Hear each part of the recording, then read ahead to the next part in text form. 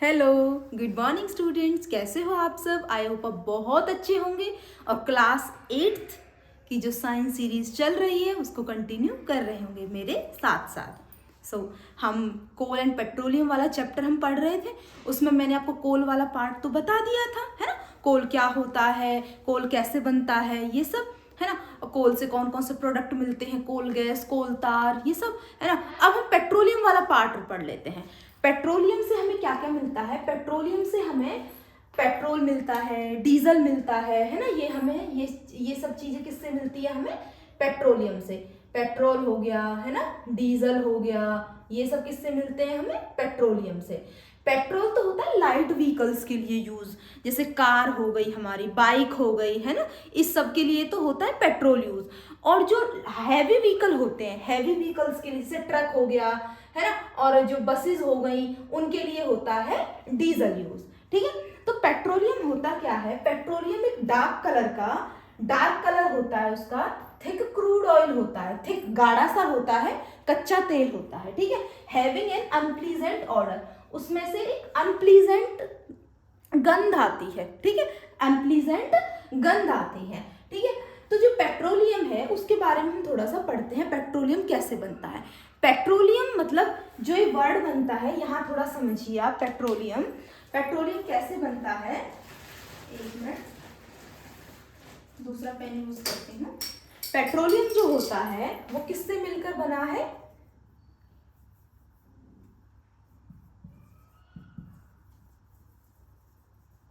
Petroleum, petro plus में oleum, petro plus में oleum.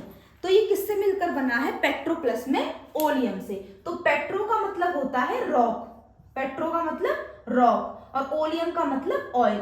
तो मतलब जो तेल चट्टानों से निकलता है उसको क्या कहते हैं? पेट्रोलियम। और ये कौन सी चट्टानों से निकलता है? जो इम्परवियस रॉक होती हैं, इम्परवियस रॉक होती हैं, जो अभेद चट्टानें होती हैं, उनसे ये निकलता है। मतलब जो ऑयल को अपने अंदर ट्रैप कर लेती है, इधर उधर जाने नहीं देती, उनको इम्परवियस रॉक कहा जाता है। मतलब जो अपने अंदर से ऑयल को बाहर नहीं फ्लो होने देती, वो ट्रैप कर लेती हैं अपने अंदर, उसको रख लेती हैं तेल को, उनको बोलते हैं इम्परवियस रॉक। ठीक है। तो इसकी स्टोरी पढ़ते हैं थोड़ी सी पेट्रोलियम की, कि पेट्रोलियम बनता कैसे। पेट्रोलियम कहाँ मिलता है? जहां सी होते हैं, समुद्र के अंदर से मिलता है पेट्रोलियम। या फिर जहां पुराने टाइम में समुद्र थे लेकिन अब वहां नहीं है, प्राचीन समुद्र थे जहां पे, प्राचीन मतलब पुराने जहां समुद्र थे, ठीक है, वहां से पेट्रोलियम मिलता है। पेट्रोलियम कैसे बनता है? जो सी के अंदर, समुद्र के अंदर जो ऑर्गेनिज्म रहते हैं, समुद्र के अंदर जो ऑर्गेनिज्म रहते हैं, जो जीव जंतु रहते हैं, जो पेड़ पौधे रहते हैं, ठीक है, जब वो डेड हो जाते हैं, जब ये ऑर्गेनिज्म क्या हो जाते हैं? ये डेड हो जाते हैं। जैसे पेड़ पौधे, जीव जंतु जो भी समुद्र के अंदर रहते हैं, फिर जब वो डेड हो जाते हैं, मर जाते हैं वो, तो वो समुद्र की तलहटी में, बॉटम में वो बैठ जाते हैं। मतलब क्योंकि वो मर गए हैं, ठीक है, तो वो बॉटम के अंदर क्या हो जाते हैं? वो बैठ जाते हैं। ठीक है।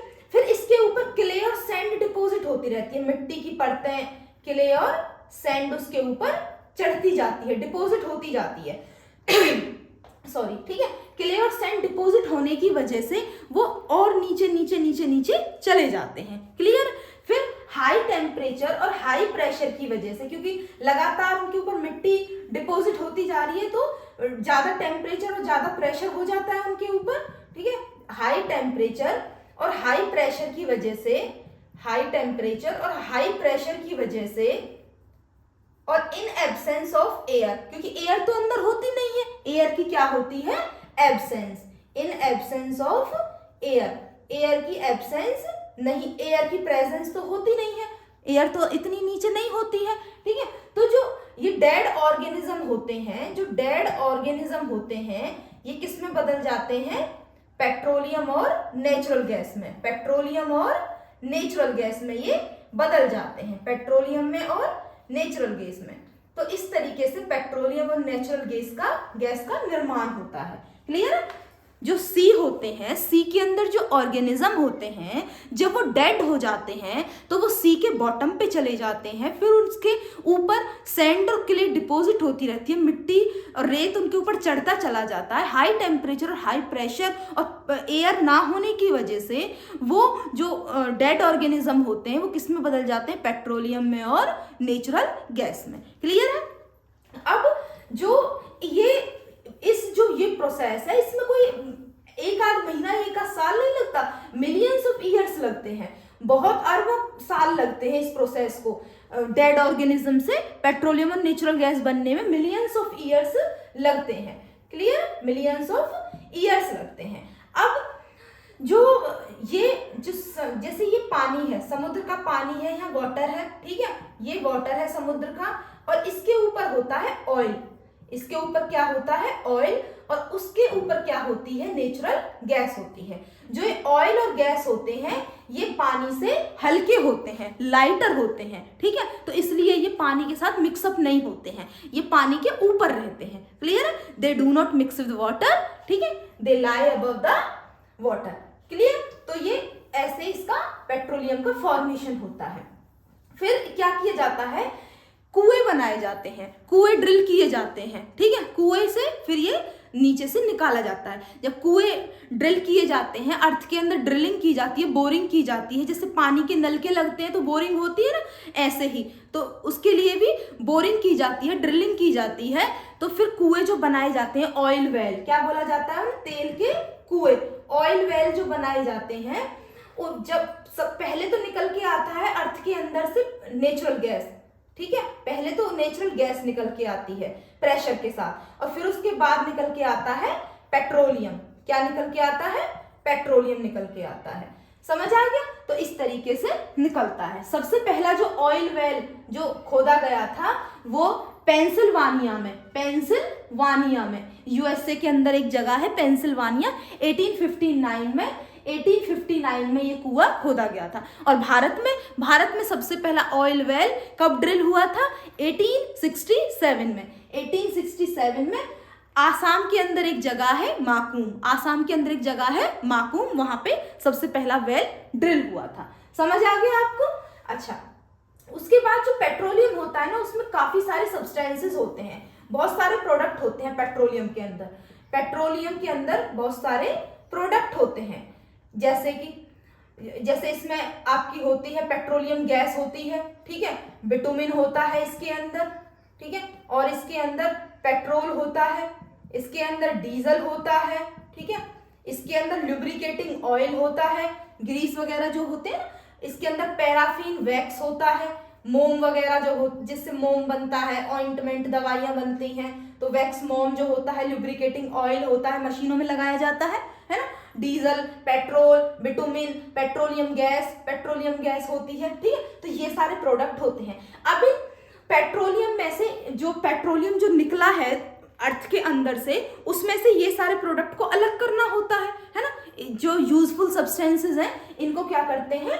अलग करते हैं, ठीक है, और तो उसके लिए पेट्रोलियम की क्या करी जाती है? रिफाइनिंग करी जाती है।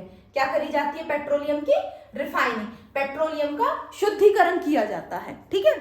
वो कहाँ होता है? पेट्रोलियम की रिफाइनरीज बनी होती हैं, पेट्रोलियम की रिफाइनरी, उनमें पेट्रोलियम की रिफाइनिंग करी जाती है, इन यूजफुल सब्सटेंसेस को निकाला जाता है। और निकाला कैसे जाता है? उस प्रोसेस को बोलते हैं जिससे इन प्रोडक्ट को इसमें से निकाला जाता है, उस प्रोसेस को कहते हैं फ्रैक्शनल डिस्टिलिएशन, ठीक है। कैसे निकाला जाता है कि ऐसा एक मतलब जहां ये निकाला जाता है वहां ऐसा सिस्टम बनाया जाता है कि वहां अलग अलग कॉलम्स बनाए जाते हैं। जैसे यहाँ इसमें पेट्रोलियम जो धरती के अंदर से निकला है वो पेट्रोलियम इसमें फिल कर लिया, ठीक है, वो पेट्रोलियम इसमें फिल कर लिया। फिर क्या किया जाता है? इसको बॉयल किया जाता है, मतलब इसको हीट किया जाता है, ठीक है। फिर यहाँ अलग अलग कॉलम बना दिए जाते हैं, अलग अलग कॉलम्स बना दिए जाते हैं, ठीक है ना।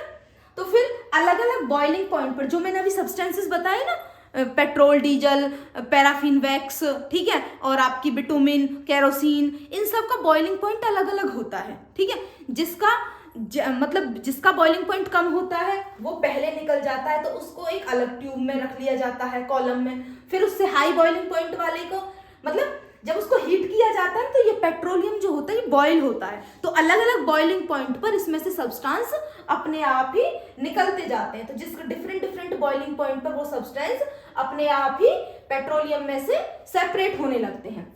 The process of separation in which fractions of petroleum having different boiling point ranges are collected separately. Boiling point के according पेट्रोलियम में से जो सब्सटेंसेस होते हैं वो अलग अलग सेपरेटली कलेक्ट हो जाते हैं। इस प्रोसेस को क्या बोलते हैं? Fractional distillation. समझ आ गया आपको? और फिर ये सब्सटेंस बहुत सारी चीजें बनाने में काम आते हैं, सिंथेटिक फाइबर बनाने में काम आते हैं, प्लास्टिक बनाने में काम आते हैं, एक्सप्लोसिव्स बनाने में काम आते हैं, ठीक है। अच्छा, एलपीजी क्या होती है? जो एक पेट्रोलियम गैस निकलती है ना, जब उसको लिक्विफाई कर लिया जाता है, जब उसको लिक्विड फॉर्म में कन्वर्ट कर लिया जाता है जब उस पेट्रोलियम गैस को, तो उसको बोलते हैं LPG, liquefied petroleum gas. Liquefied petroleum gas. जो पेट्रोलियम गैस निकली ना, पेट्रोलियम प्रोडक्ट का एक पार्ट मैंने बताया था पेट्रोलियम गैस, ठीक है। तो जब उसको लिक्विड फॉर्म में कन्वर्ट कर दिया जाता है तो उसको क्या बोलते हैं? Liquefied petroleum gas. जब उस पर प्रेशर अप्लाई करके उसको लिक्विड में कन्वर्ट कर लिया जाता है तो उसको बोलते हैं लिक्विडिफाइड पेट्रोलियम गैस। ये आपको पता है ये क्लीन फ्यूल है, घरों में इसका यूज किया जाता है ना, सिलेंडर्स के अंदर यही फिल होती है, एलपीजी, है ना। तो ये सिलेंडर्स के अंदर फिल होती है, इसको ये क्लीन फ्यूल होता है क्योंकि ना तो इसमें से कोई धुआं निकलता है, स्मोक नहीं निकलता है, इसमें से कोई भी स्मोक निकलता है, इसमें नहीं निकलता है कोई भी, ना ही ये अपने पीछे जलने के बाद, जैसे आपने उपले देखे हैं, उपले डंग केक, वो जब जलते हैं तो उनके पीछे ऐश बचती है, राख बचती है ना, सॉलिड रेसिड्यू, मतलब जो अवशेष बचता है। लेकिन एलपीजी में कोई भी पीछे अवशेष नहीं बचता, कोई भी सॉलिड रेसिड्यू, मतलब उसके पीछे कोई भी अवशेष नहीं बचता है, ठीक है। और इसकी कैलोरीफिक वैल्यू बहुत ज्यादा होती है, 50,000 किलोजूल होती है पर किलोग्राम। मतलब 1 किलोग्राम जो एलपीजी है वो इतनी एनर्जी देती है, इतनी 50,000 किलोजूल एनर्जी देती है। समझ आ गया? और ये इसमें से धुआं भी नहीं निकलता है, इसमें से कोई हार्मफुल गैस भी नहीं निकलती है, कोई भी हार्मफुल गैस नहीं निकलती है, और ये इजीली हैंडल और स्टोर करने में कन्वीनियंट, आसान होती है, ठीक है। इसको स्टोर करते सिलेंडर्स में, ठीक है, तो इसमें से कोई भी हार्मफुल गैस भी नहीं निकलती है। क्लियर? ये घरों में यूज की जाती है, ठीक है। अब हम पढ़ते हैं सीएनजी। अभी मैंने बताया नेचुरल गैस, जब पेट्रोलियम निकलता है तो उसके ऊपर पहले क्या निकलती है? नेचुरल गैस निकलती है, ठीक है। तो वो नेचुरल गैस जो होती है उसके अंदर 95% मीथेन होता है, उस अंदर क्या होता है? 95% मीथेन होता है, ठीक है। और बाकी जो 5% में इथेन और प्रोपेन होता है। 95% मीथेन होता है और बाकी 5% में मीथेन और प्रोपेन होता है। ये नेचुरल गैस होती है, इसका भी फ्यूल की तरह यूज किया जाता है, ईंधन के रूप में इसका भी फ्यूल की तरह यूज किया जाता है, ठीक है। इसको हाई प्रेशर के साथ जब ये मिलती कहाँ है? नेचुरल गैस कहाँ पे मिलती है? हमारे भारत में त्रिपुरा में, राजस्थान में, महाराष्ट्र में, और जो कृष्णा और गोदावरी जो नदियां हैं ना, कृष्णा और गोदावरी जो रिवर है, जो वो डेल्टा बनाती हैं, उन डेल्टा में भी ये मिलती है, ठीक है, जो नेचुरल गैस है। क्लियर? नेचुरल गैस भी एक फॉसिल फ्यूल है, नेचुरल गैस भी क्या है? एक फॉसिल फ्यूल है। ये पाइप्स के थ्रू इजीली ट्रांसफर हो जाती है, पाइप्स लगे होते हैं। जब इस नेचुरल गैस को हाई प्रेशर पे कंप्रेस किया जाता है, दबाया जाता है, तो क्या बनती है? सीएनजी। क्या बनती है? CNG, compressed natural gas, compressed natural gas. समझ आ गया? Compressed natural gas. ये पाइपलाइंस के थ्रू इजीली, ये पाइपलाइन है तो इनमें से इजीली इसको एक जगह से दूसरी जगह पहुंचाया जा सकता है, और घरों में इसकी फिटिंग कर दी जाती है, खाना बनाने के लिए इसको यूज किया जाता है। कई जगह पे पाइपलाइंस बिछा दी गई हैं, जैसे वडोदरा गुजरात में, दिल्ली में कई जगह पे, और भी काफी सारी ऐसी जगह हैं जहाँ पे इसका यूज खाना बनाने में किया जा रहा है, ठीक है। और इसको ऑटोमोबाइल्स में, जो व्हीकल्स होते हैं, जो आजकल ऑटोमोबाइल्स में इसका यूज होने लग गया है, व्हीकल्स के अंदर, ठीक है, क्योंकि ये क्लीन फ्यूल है, कोई धुआं नहीं देता है ना, कुछ नहीं देता है, ये धुआं नहीं देता है, तो ये एनवायरमेंट फ्रेंडली है, क्लीन फ्यूल है, कोई स्मोक नहीं होता है, कोई एयर पॉल्यूशन भी इससे नहीं होता है, और बहुत ज्यादा हीट इसके एडवांटेज है। ये कोई सॉलिड, वही एलपीजी की तरह, ना तो ये क्या होता है, ना तो इससे कोई धुआं होता है, ना ही ये पीछे अपने सॉलिड रेसिड्यू छोड़ता है, जैसे उपले छोड़ते हैं ना पीछे, ये कोई नहीं, कुछ नहीं छोड़ता है। सीएनजी एलपीजी की तरह कोई हार्मफुल गैस नहीं होती। और पेट्रोल और डीजल का ऑल्टरनेट है, क्योंकि पेट्रोल डीजल से चलते हैं व्हीकल, तो सीएनजी भी यूज करी जा सकती है, ठीक है। तो ये इसके मतलब एडवांटेजेस है, क्लियर, ये अच्छा फ्यूल है। अच्छा, अब हम पढ़ते हैं जो नेचुरल रिसोर्सेज है, कोल है, पेट्रोलियम है, नेचुरल गैस है, ये कैसे, ये क्या है, फॉसिल फ्यूल। मैंने जब फर्स्ट वीडियो आपको कराई थी तो मैंने उसमें बताया था कि ये फॉसिल फ्यूल है क्योंकि ये जीवों के अवशेष से मिलते हैं ना, जब जीव मर जाते हैं, पेड़ पौधे जीव जंतु जब वो मर जाते हैं तो उन्हीं से तो ये बनते हैं, तो ये फॉसिल फ्यूल है, जीवाश्म ईंधन, क्या बोलते हैं ना, जीवों के अवशेषों से बनने वाले ईंधन है। तो ये बहुत लिमिटेड क्वांटिटी में है, नेचर के अंदर बहुत लिमिटेड क्वांटिटी में है, बस कुछ हजार सालों के लिए ही इनकी क्वांटिटी बची है, सम 100 ईयर्स, कुछ 100 सालों के लिए, कुछ 100 सालों के लिए इनकी जो क्वांटिटी है वो बची हुई है, ठीक है। लेकिन इन्हें बनने में बहुत टाइम लगता है, ऐसा नहीं है कि आज ये खत्म हो गए तो कल ही नए बना देंगे, नहीं, ना तो इन्हें लेबोरेटरी में बनाया जा सकता है, लैब के अंदर, और इन्हें बनने में मिलियंस ऑफ ईयर्स लगते हैं, ठीक है। तो इनकी क्वांटिटी बहुत कम है, तो इनका यूज जो है हमें थोड़ा मतलब केयरफुली करना पड़ेगा। इनका जो कोल और पेट्रोलियम का जो यूज है जब ही करना है जब इनकी बहुत ज्यादा हमें नीड हो, ठीक है। तो ये नेचुरल रिसोर्सेज क्या है, क्वांटिटी में बहुत ज्यादा लिमिटेड है, क्लियर है। तो हमें इनका यूज कब करना है, जब बहुत ज्यादा एब्सोल्यूट नेसेसरी, बहुत ज्यादा इसकी जरूरत हो, क्लियर। और इसको अगर हम ऐसे यूज करेंगे तो क्या होगा, देखो, एक तो इनसे ना एयर पॉल्यूशन कम होगा, अगर हम इनको मतलब जब इनकी नीड होगी जब भी हम इनको यूज करेंगे तो एयर पॉल्यूशन क्या होगा, कम होगा, एयर पॉल्यूशन कम होगा, ठीक है। और जिससे कि एनवायरनमेंट हमारा बेटर रहेगा, अच्छा रहेगा। एक इनके यूज से ना ग्लोबल वार्मिंग होती है, ग्लोबल वार्मिंग मतलब टेम्परेचर बढ़ता है, हमारी अर्थ का टेम्परेचर बढ़ता है, ग्लोबल वार्मिंग का मतलब क्या, टेम्परेचर का बढ़ना। तो अगर इनका हम लिमिटेड यूज करेंगे, मतलब बस जब नीडेड होगी जब ही यूज करेंगे, जरूरत होगी, तो ग्लोबल वार्मिंग भी कम होगी, एयर पॉल्यूशन भी कम होगा, समझ आ गया। और ये काफी लंबे टाइम तक चलेंगे, availability for a longer period of time, ये काफी लंबे टाइम के लिए चल पाएंगे, क्लियर है। तो इनका यूज केवल तब करना है जब नीड हो, ठीक है। अच्छा, how to save petrol diesel while driving, जब ड्राइविंग करते हैं तो उस टाइम पे हम पेट्रोल और डीजल को कैसे बचा सकते हैं। देखो, एक तो हमें अपने व्हीकल को ना हाई स्पीड, फास्ट स्पीड पे नहीं चलाना है, फास्ट स्पीड नहीं चलानी है। कैसी स्पीड चलानी है, या तो हमें स्लो चलाना है या फिर उसको मॉडरेट चलाना है, मॉडरेट मतलब मध्यम, या तो धीमे या फिर मध्यम, तेज नहीं चलाना है हमें अपने व्हीकल को, क्योंकि तेज जब चलाते हैं ना व्हीकल को, जब ज्यादा ईंधन की खपत होती है, ठीक है। जैसे हमारी कार की हमारी की स्पीड है 70 किलोमीटर पर आवर, ठीक है, ये है हमारी कार की स्पीड। लेकिन हम अगर उसको 80 किलोमीटर पर आवर पे चलाएंगे ना तो वो ज्यादा ईंधन यूज करेगी, ज्यादा खपत होगी ईंधन की, समझ आ गया। उसमें ईंधन क्या होता है, पेट्रोल या डीजल, ठीक है। तो इसलिए हमें कैसे चलाना है, स्लो रेट पर या मॉडरेट रेट पर उसको चलाना है। एक इंजन को बंद कर देना है, जैसे आप ट्रैफिक लाइट है, ठीक है, ट्रैफिक लाइट पर रुके हुए हो, ठीक है, तो आपको उस टाइम पे इंजन को बंद कर देना है। जो गाड़ी का इंजन है, जो भी आपका व्हीकल है, उसके इंजन को क्या कर देना है, बंद कर देना है। इंजन को क्या कर देना है, ऑफ कर देना है, ठीक है। जब भी आप ट्रैफिक लाइट पे हो या जब भी कभी आप रुक रहे हो, मतलब गाड़ी आपकी खड़ी हो, तो उस टाइम पे आपको इंजन को ऑफ कर देना है, समझ आ गया। और एक आपके टायर का जो प्रेशर है वो हमेशा सही होना चाहिए, टायर का कभी भी प्रेशर कम नहीं होना चाहिए। अगर प्रेशर टायर का कम होगा तो ईंधन की खपत ज्यादा होगी, ठीक है। और एक हमारा व्हीकल है वो रेगुलर मेंटेनेंस होनी चाहिए उसमें, मतलब उसकी हमें मतलब टाइम टू टाइम उसको मेंटेन करवाना चाहिए, regular maintenance of the vehicle. तो इससे हम पेट्रोल और डीजल को बचा सकते हैं ड्राइविंग करते टाइम। क्लियर। तो मेनली है क्या कि जो फॉसिल फ्यूल्स है, कोल, पेट्रोलियम, नेचुरल गैस, ये सब ये नेचर के अंदर लिमिटेड क्वांटिटी में है।